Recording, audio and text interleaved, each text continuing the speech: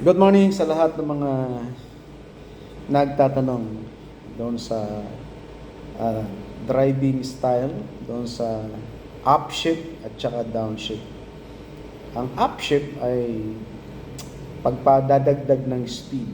Ang downshift ay pagbabawas ng speed, no?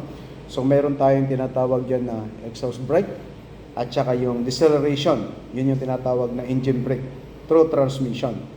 So mapapabagal mo yung sakyan na hindi ka pa nag-a-apply ng preno. So yun ang i-practice ninyo kung nagpaplano kayong mag-abroad, magpa-trade test, maliban lang kung paatras yan, kasi pag paatras wala naman pagpapalit ng cambio dyan. So yun lang, tips ko lang po sa inyo ito, doon sa ating shoutout sa mga followers ko na nagpunta rito, nagpa-trade test, no?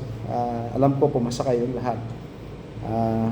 Shoutout nyo ako kung kasama ka doon sa mga nag-trade test dito nung isang araw. So maraming salamat sa inyo and God bless us all.